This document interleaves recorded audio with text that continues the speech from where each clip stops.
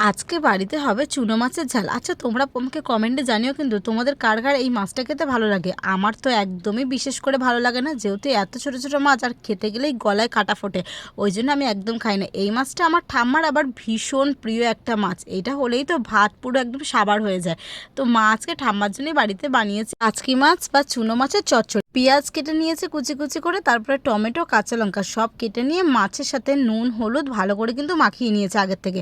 এবার কড়াইতে তেল দিয়ে তাতে কালো জিরে ফোড়ন দিয়ে মাছগুলো এবার হালকা হাতে দিয়ে দিয়েছে। একদম নাড়াচাড়া বেশি করবে না, একদম হালকা হাতে মাছগুলো কিন্তু এপিট ওপিট নাড়াচাড়া করে একদম ঢাকা চাপা দিয়ে, মানে একদম ঝিমে আছে কিন্তু মাছটা পুরোটাই তৈরি হবে। তারপর দেখো ঢাকা চাপাটা খুলে দেওয়ার পর আরেকটু হালকা হাতে নাড়াচাড়া করে উপর থেকে ধনেপাতা ছড়িয়ে নামিয়ে দিলে রেডি হয়ে গেল কিন্তু কাচকি মাছের চচ্চড়ি। তোমরা কারা কারা খেতে ভালোবাসো কমেন্টে জানিও, আর কেমন লাগলো রেসিপিটা অবশ্যই জানিও। ভালো লাগলে কিন্তু লাইক কমেন্ট শেয়ার আর ফলো করতে কেউ ভুলো না, তাড়াতাড়ি ফলো করো।